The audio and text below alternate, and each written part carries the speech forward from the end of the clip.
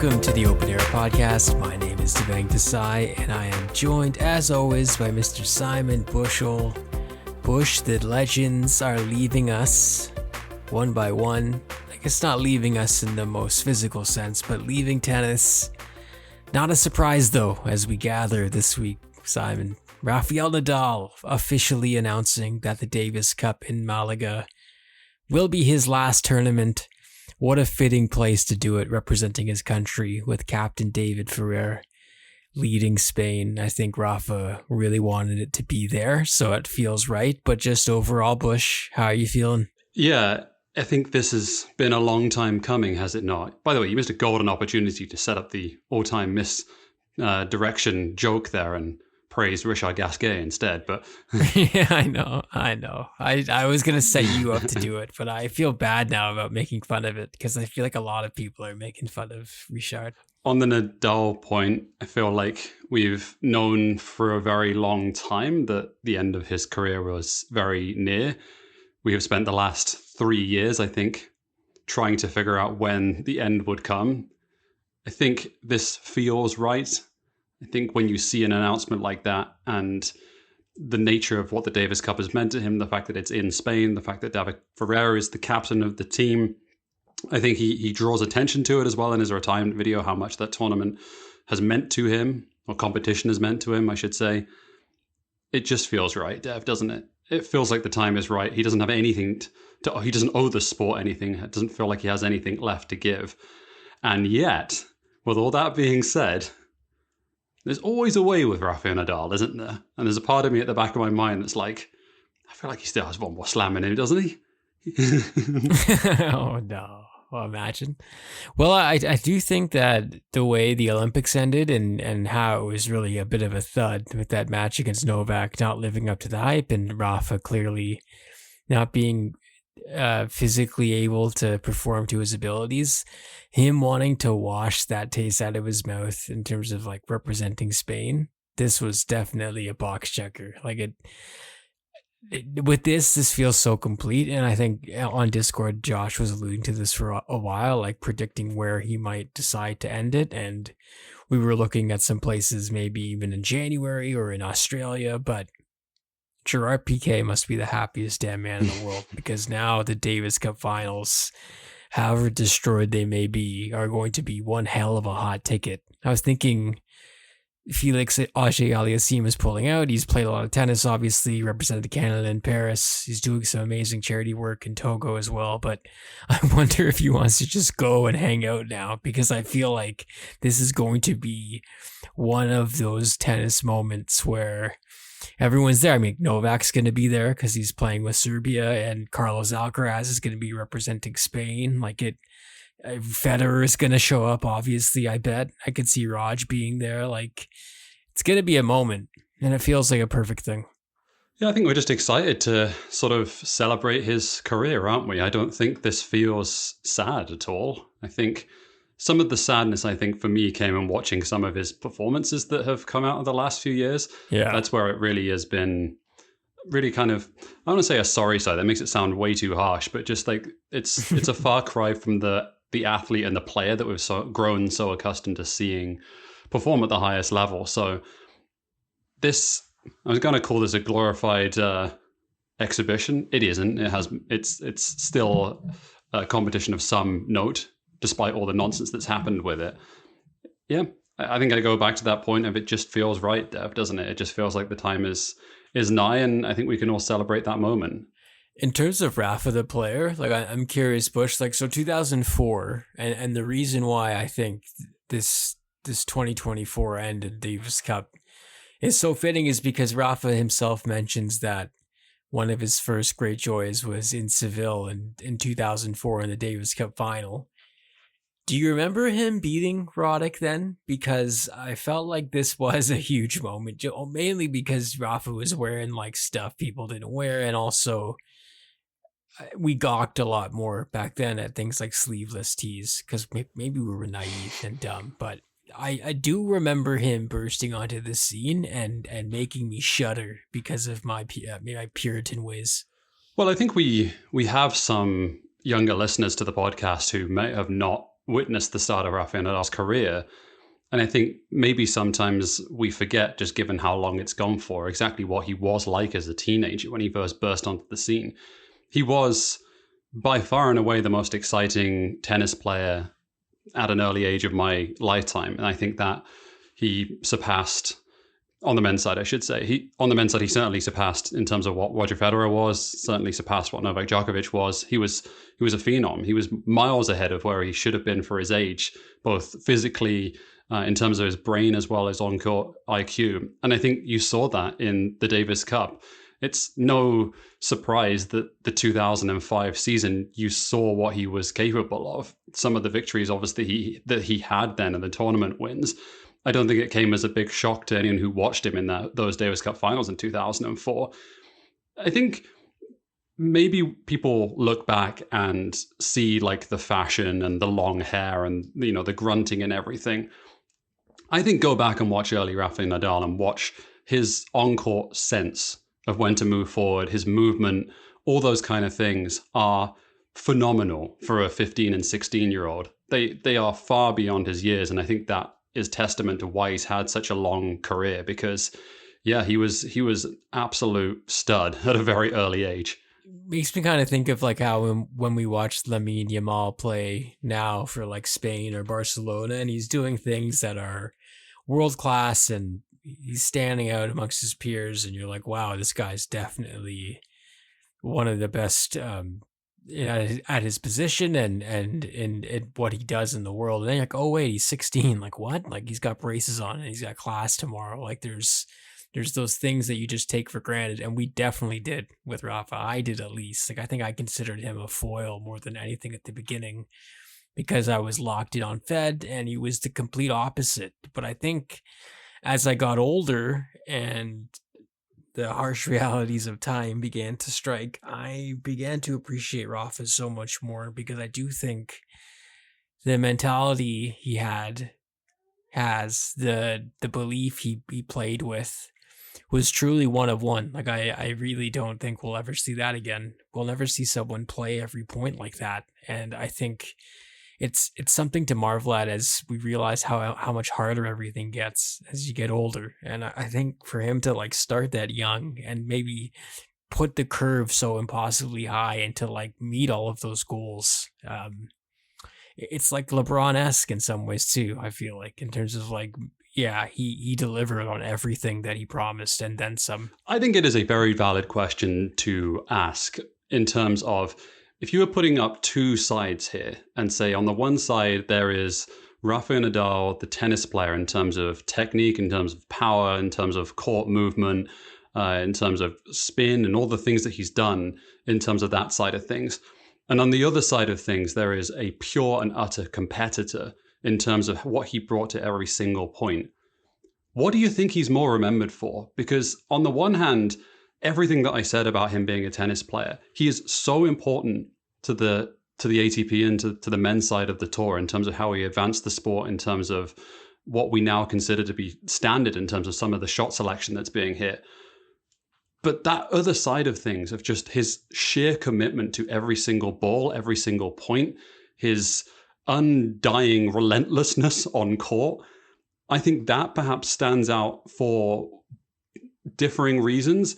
And maybe if I look back and have my own memories of Rafael Nadal, it's less of the tennis player and more of the, oh my God, he's going to win this. I have no doubt at all. He's still giving it absolutely everything, and he has no, chance of winning, but he still will. And I think that is perhaps the biggest compliment that I can pay to him. It's a fair question, I think, and like I don't know. I've absorbed enough content in media of Rafa adjacent to maybe get a read on this, and I could be wrong, but I think he'd be most proud of the spirit and the fighting spirit and the idea that he's known for that. And when other athletes talk about belief and will to win and mentality and et cetera, they reference him. Like It's across the board. It really is across the board. Every sport, doesn't matter what. And it doesn't matter what has happened since on the court, because I know we talked, till the cows came home about the big three and what it meant when they played each other and what the what the end of the day, what it would mean for them once the slam tallies were done. But I think for Rafa, this idea of him as a competitor, it's just so perfectly him that I could think of few better honors to bestow on an athlete, because like it's something that will be passed down, and when we do see it amongst other athletes, we'll be like, you know what, that reminds us of him. So I think that's pretty damn cool. We always talk about in the coaching circles that mentality of playing every ball, like literally playing every point as it comes, not getting too far ahead of yourself, all the things that run into cliche very quickly. Rafael Nadal is the embodiment of that from every capacity that you can imagine. He really did play every point like it was the last, and he really was committed on court. It was, I think, maybe more to put like more color on this. It's the way that he attacked every single point. It wasn't just like everyone can talk about being competitive in every point and staying focused and all that kind of thing. It's one thing to be that, and it's another thing to just assert your will on every single point, to try and break your opponent's spirit in the way that he did. I think that is much harder to do because that requires a sense of unbelievable and unrelenting and unbreakable will, like to realize that you are capable of doing that despite whatever the match situation is and despite how you're feeling and where your game is at, to still continue to attack points the way that he did. I don't think we're going to see another player like that in our lifetime. I think it's going to be very challenging just given the way that tennis has evolved. He kind of is one for one in that regard. Yeah, and there's a few things I think, like the Uncle Tony setup. Like we probably won't see this kind of all in the family super duo / is this good? Should people be coached like this? Kind of referendums we're having now. Like I wonder if that whole landscape changes. I know there's obviously like family teams still going, and I mean you see like Coco's parents still clearly heavily involved, but I do wonder if like that singular ability he had was sort of developed out of this like kind of unique family setup he had, where like his dad was an athlete and like he had uncles who were athletes, and then his other uncle ended up being arguably one of the best coaches ever, but only for him, because when he coached someone else, it was like, I don't think this is exactly working. Like it does feel like that's a bit of a one-off as well in terms of how they managed to figure this all out over the years, over 20 years, basically 20 plus years since this guy has been in front of us playing tennis. So I think that's pretty unique too when you consider his contemporaries and like the setups that they had Tony just be this sort of Phil Jackson type, I guess. And I also don't think we've seen the last of unraveling that relationship either. I think we've seen a bit more of it over the last few years, but I think there's more to be written on what the insides of that camp look like in terms of what the day-to-day was. I'm sure we're going to get a book. I'm sure we're going to get a documentary series. I'm sure we're going to get a lot of these things that will start to unpack a lot of those things. So I'm excited to still learn a bit more about him, despite being one of the most famous, sports and athletes in the world. Still seems a little private, right? It still seems a little unknown about what goes on between the ears of Rafael Nadal and what goes on behind closed doors as well. And I think that was by design. Like I think he is a very private person, just in terms of how everything's put together. So I'm excited to learn a bit more. Dev, can I read you the top of the Russell Fuller article? Because I just thought it was such a lovely summarization, and I think he did a really good job in his piece. Okay, so this is Russell Fuller writing for the BBC. One of my favorite Rafael Nadal quotes was delivered at the French Open in 2014. I think that our generation is now on the way out, the Spaniard said. We have been here for a long while. A generation is walking away and others will replace us. It will not come overnight, but it will come. Nadal uttered those words 10 years ago. Since then, he has won another 9 Grand Slam titles, a 4th Davis Cup trophy, and enjoyed 5 further spells as world number 1. How very typical of his stellar generation. I think that's an interesting place to kind of examine on this. Do you remember 2014 of all the talk and conversation? Rafael Nadal on the way out, Roger Federer not looking the same as he ever was. Didn't really matter. We still got another whole decade out of them. Yeah. Well, he didn't play the U.S. Open, right? That's And right. he left Wimbledon early, and I think that was maybe not a shock considering he won the French, but he didn't play the U.S. Open, and it was definitely that conversation. 2014, I think that was Novak sort of cementing himself, right? And he was the Player of the Year. These guys kept doing that. I find there's like 15 of those quotes where they kept writing their own eulogies about their era, and then they wrestled it back and took it away. And I was thinking about this as well, Bush, like how their ages didn't line up exactly. Like obviously Rafa and Novak were a bit closer, but Rafa started so early, so it was almost perfect in that regard as well, where I would have liked to have seen them at their peaks together and their primes together, but I think it was kind of unique how it worked out this way as well. The 2008 Wimbledon final will obviously be talked about at length as we talk about Rafa's career, and maybe when he crossed over into the mainstream of like normie tennis fans who were like, oh, I can cheer for this bloke now because he won Wimbledon, a quote unquote real tournament. We can talk about that. We can talk about some of the triumphs that I think are maybe underrated in the Rafa lore, like whenever he pulled up to the US Open and somehow won, like 2013 when he had missed the year before entirely. Do you have a standout match? Like, can you pick one that says it's all like it's quintessential Rafa to you? I still think the one that sticks in my memory is not Wimbledon. It's Miami in 2005. It's the Roger Federer third round one. I think despite all the many successes that came afterwards, it's still burned into my memory of watching those two play and really seeing tennis that I had never seen before. I was young at the time. It was so formative.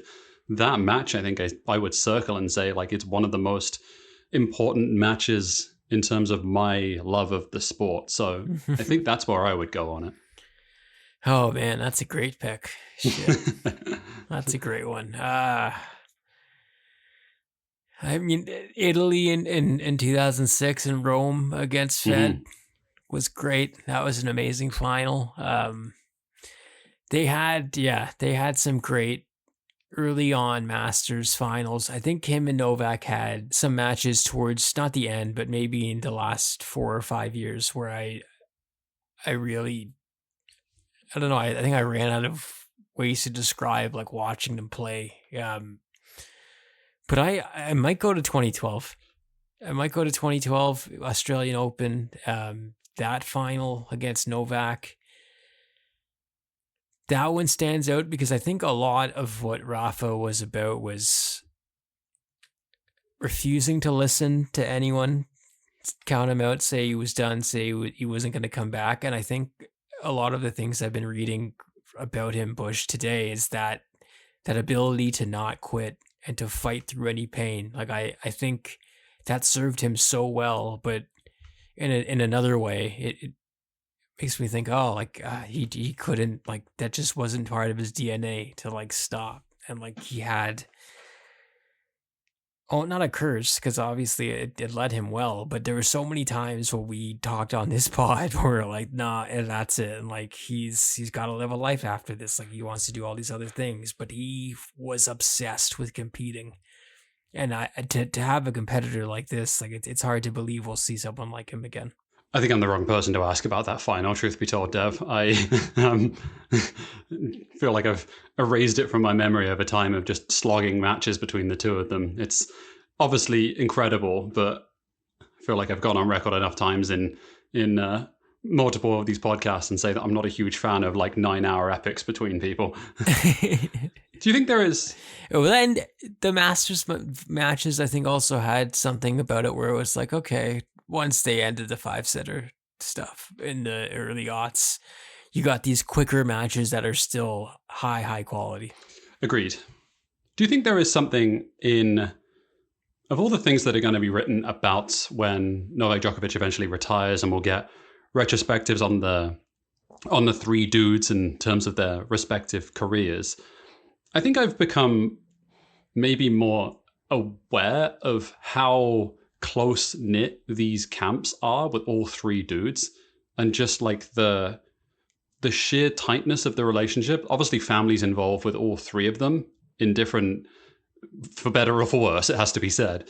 But it does strike me that if there's one through line about all three of them, it is how resilient and how focused the camp was to surround the player and to have solidity in that regard. And I think maybe that's the one thing that struck me that is a through line with all of them. Obviously, their competitiveness and their tennis speaks for itself, but to just have so much trust with the people around you. And I think it speaks volumes of the fact that we know the names of the camp and we know the names of the people that are so in the inner circle of all of these guys. I think that speaks very well of how stable they were. 100%. And I think you're seeing the next wave trying to mimic that and maybe not doing it successfully, but at least trying. And like you're definitely seeing, I think, shades of that in Carlos Alcaraz's camp for sure. You're seeing some errors in terms of Yannick Sinner surrounding himself with people, but no, that's bang on. And like it takes a village kind of saying is hell, that's true. And it's, I mean, the financial outlay, I think Rafa's family did okay for themselves too, right? Like before, when he was coming up, that's something else I was thinking about, Bush. Like Federer, upper middle class above that, I believe. Like his parents, fine. Nadal's parents, same kind of boat. I think Novak, maybe less so. A lot less so. A lot less so in terms of what he had to fight through to get to where he was. Is there something to be said about that? That none of these guys were like, I guess, super rich Nepo babies, or like they were kind of what tennis was, or like what we thought it was supposed to be. Not to say that there wasn't nepotism back then, or like privileges and advantages given to people back in the sports glory days. Hell, like, I mean, the McEnroe stuff is obvious, and there's other stories like that. But I don't know. I was thinking about like why they became so beloved, and like winning obviously helps. But I wonder if like the origin stories of being relatively normal led something to like how much people could resonate with them, or like believe that they were just normal people. I don't know. What do you think about that? It's a really good question of why they were so beloved. My default on this point has always been because they were really, really damn good at tennis at a time period where everyone was screaming out for a next generation. The tennis has always existed on rivalries, and it's always existed on the ability to advance the sport because it has had waves throughout history. I think honestly they just came at a time period when the sport was transitioning, and they just like they were on that transition point where they just so happened to be head and shoulders above the field around them. I don't know that it is. I don't know that it's a class thing. I don't even know that it's a personality thing. I don't think you would circle Rafael Nadal and Roger Federer as being extraordinary personalities, right? In terms of how they would be marketed. Like from the Nadal standpoint, obviously like fierce competitor, as we alluded to earlier in the episode, like that is unmistakable. Is that a marketable quality? It is, but it's not like a transcendent marketing quality. Roger Federer, like he's not the elegant side of it, I think that was largely circled a lot. And I think that was his calling card. So maybe those things were the differentiators, but I think it's largely just because they were so much better than everyone else. And also, like, hell, as much as I know both of us love Federer, this whole thing doesn't work without each other. Mm-hmm. If Roger kept going on and winning in every title and, I don't know, ended up with 22 and that was the story, does tennis capture the hearts and minds of a whole generation? I don't think so. Well, does any sport? I think that's the important question is like, does sport exist as long as there's rivalries? No one wants to watch everyone win all the time. It's boring. Like, this is why I never understood the the love-in for all of the dynasties and everyone wanting to see success. Like it's more fun when it's competitive. It's more fun when people are good. You want people to see the best of the best competing against each other, but you also want to see them want to, rip them limb for limb, like to tear each other apart. That's what you want to see, because that's what makes good theater, and that's what makes good sport. And what Nadal did to Roger, I think you could argue Novak did to Rafa in some ways, in a sense, at times. Definitely he wrestled that rivalry away at a certain point, and I think that sort of version of Rafa as well, of being relatively human, because even when he did lose, it felt almost as if it was a one-off. That portion of when Novak kind of wrestled away the tour also added a layer to this, like the comeback he made, the comebacks plural that he made were exhilarating, but also I think perfect in the sense of like the expectations were all over the place, and I think really only Rafa knew where he was at, but he was really confident in where he was at once he knew, if that makes sense, because once he entered a tournament in which he deemed himself healthy, he usually went on to win. Like that was the kind of the secret sauce there. So it's crazy. I'm just thinking back now to those finals, Bush in 2007 and then 2008. How gutted I was in 2008, but also still appreciative of the spectacle. I wouldn't have guessed we would have ended here, though. I even then, I don't think we would have been talking about 22 slams and one of the greatest to ever do it. Full stop. Best competitor to ever do any sport, in my opinion. Yeah. It's a good shout. I think you're certainly in the top 5, right? If you wanted to put people up there in terms of ranking or finding equivalents in other sports. I wonder, I was thinking about this as you were saying this, that the generational leap that exists in sport, that it has existed in modern day sport, and tennis is a really good example of this, because I feel pretty confident in standing here and saying like the leap in terms of ability and in terms of where the sport was at between Pete Sampras and Roger Federer, I think is enormous. Like I think they are miles apart from each other. With the greatest respect to Sampras, I think Federer is head and shoulders above him of where the sport progressed to. I think that the leap from Federer to Nadal is equally as big in different capacities. The leap from Nadal to Djokovic in terms of how things have evolved and in terms of like where the sport has been pushed on. Like Novak Djokovic exists as an entity, like his ability to win 24 Grand Slams is made up by the fact that he was playing these two dudes and molded into, fucking Terminator. Like that's the reason. And I wonder, like in modern sport, Rafa Nadal and Roger Federer, they kind of exist in this bubble, right? There's that transition period between from Sampras and Agassi and Safin and all the people that kind of came in that, Leighton Hewitt as well, in that sort of transitionary period. That I don't know that we're going to see another leap in the same way. Like I don't know that going from Novak Djokovic to Carlos Alcaraz is the same leap that existed as what existed like in the early 2000s. And I think maybe that is testament to me anyway. You can go back through history. Bjorn Borg is a good example of that. The leap from where Borg like pushed the sport, I think is enormous, like absolutely enormous in terms of same with Jimmy Connors as well. Like you can find moments of inflection points.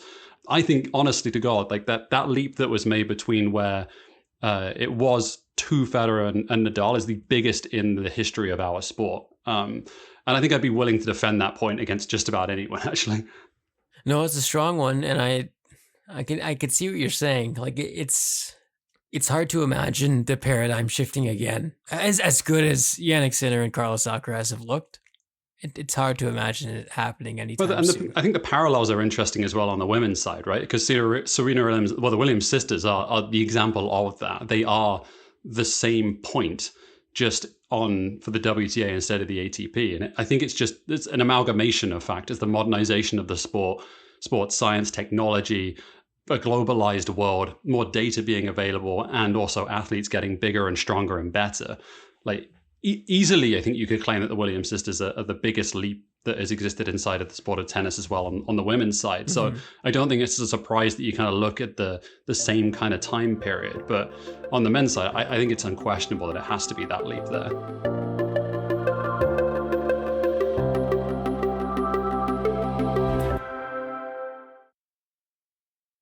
Do you want to talk about other tennis stuff? Should we do that? Should we leave it? It kind of, I was going to say it feels a bit disrespectful. The guy hasn't died, for goodness sake. I know, he's still now. We're literally going to talk about the Davis Cup, which will be the most hyped Davis Cup in a while. But I do earnestly want to shout out Richard Gasquet, because I don't think he was trying to like steal any sort of limelight or like do any sort of jokey stuff here. I think he was just asked about like his future, and he said after next year's French Open, he's going to hang him up.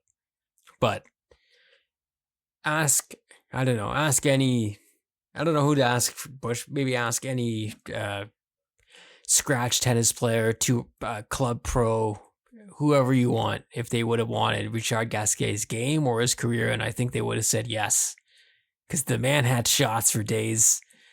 He won a lot of stuff. I mean, he didn't win the big stuff, but like we said, there's levels to this. I do think he played the game in just a beautiful way, but I'm a sucker for that backhand. Well, I think he's an interesting case study, isn't he? Because I think if you ask the majority of people who watched sport and watched him growing up and where he was at, I think he would be on a short list of the biggest wasted potential in the history of tennis. He was with Nadal.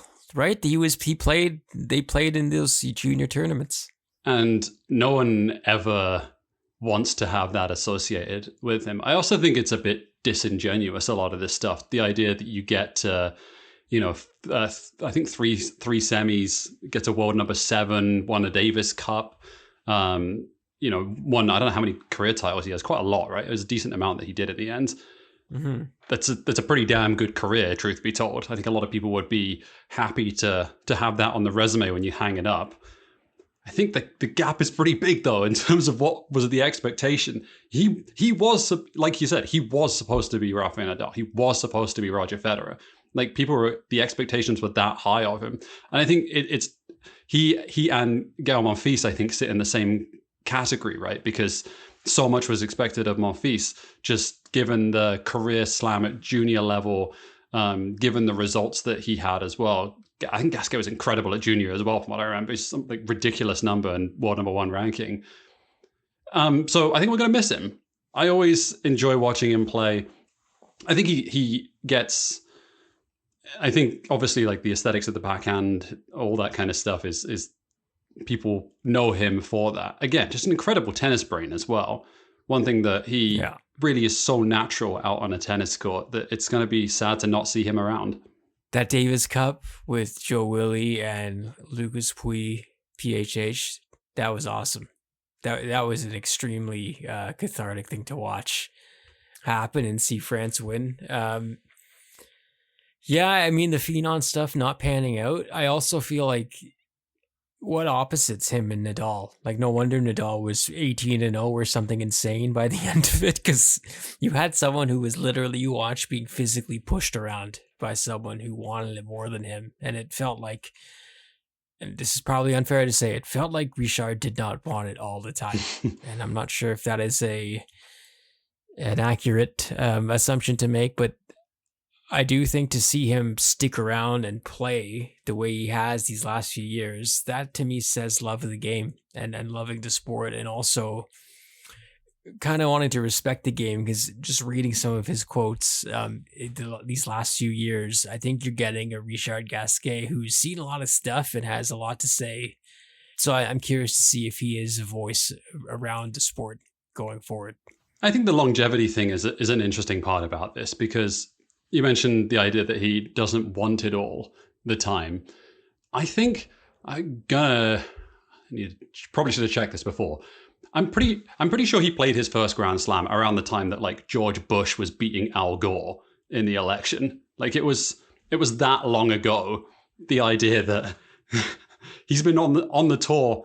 Is he 24 years, something around that? I can actually check this for you. His first slam was 2002, so they were laying the groundwork for the illegal invasion of Iraq just then. literally, as Richard Gasquet was playing his first round match. So the idea that someone brings it every match and has everything ready to go on a tour as grinding as the tennis tour for 22 years seems a little challenging. Not all of us are insane.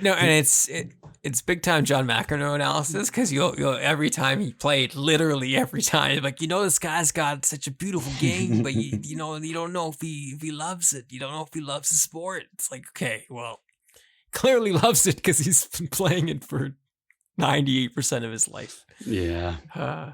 You will be missed. You will be missed. And we've got him for a bit longer too, because he's going to play till the French Open. I just did want to mention Simon, just because I don't know if you did a double take, but the Wuhan Open was going down for the first time in 5 years. Shitload has happened since the last Wuhan Open has taken place, but I don't think we mentioned her last week, so I did want to bring her up and just bring up the tour's return to China in the context of Peng Shuai, and also in the context of, I believe, Adam Silver saying today, when we record on Thursday, that he could see the NBA returning to China. So, like, not a surprise at all, and like the tour is definitely, like, I mean, we've heard all the scuttlebutt, whether it be China or Saudi Arabia, or looking for new revenue streams, etc. But have you been surprised by how quickly we were back in, and whether or not anyone has really been asking about Peng Shuai or what's going on? No, because it was pretty much all for PR, wasn't it? I think we can pretty clearly say that at this point. And I think it is just keeping with the broader business and sporting world. Dev, I think we can pretty comfortably sit here and say that if this invasion of Ukraine ended in December, that we would start seeing the Moscow Open back on the calendar very quickly. So for sure, I think that is the nature of the business world. These people don't have morals. They don't have, and I don't mean to like be, overly reductive about it, but if your entire thing is based upon, infinite growth and, constantly trying to find money to keep your tour going, then morals be damned. Green speaks loudest. That is well said. And we will have more to say about what went down in Shanghai and Wuhan in the weeks to come. But I think we'll leave it there, because this was a bit of an impromptu recording as we got the news. It's been an emotional day. A lot of Rafa content. But we are on patreon.com/open era. Join us there. Get the show ad free. Get it early. And join us on the Discord, where we're chatting Rafa all the time. Shouts to Priyanka on her tough day. But we're supporting each other in the Discord, sharing our Rafa memories. We'll get through it. Sharing our tennis memories. Once again, Discord's great, and we love chatting with our friends on there. And that is it for producer Dylan on the ones and twos, and for Simon, thank you so much for listening to Open Era. We'll talk to you next time.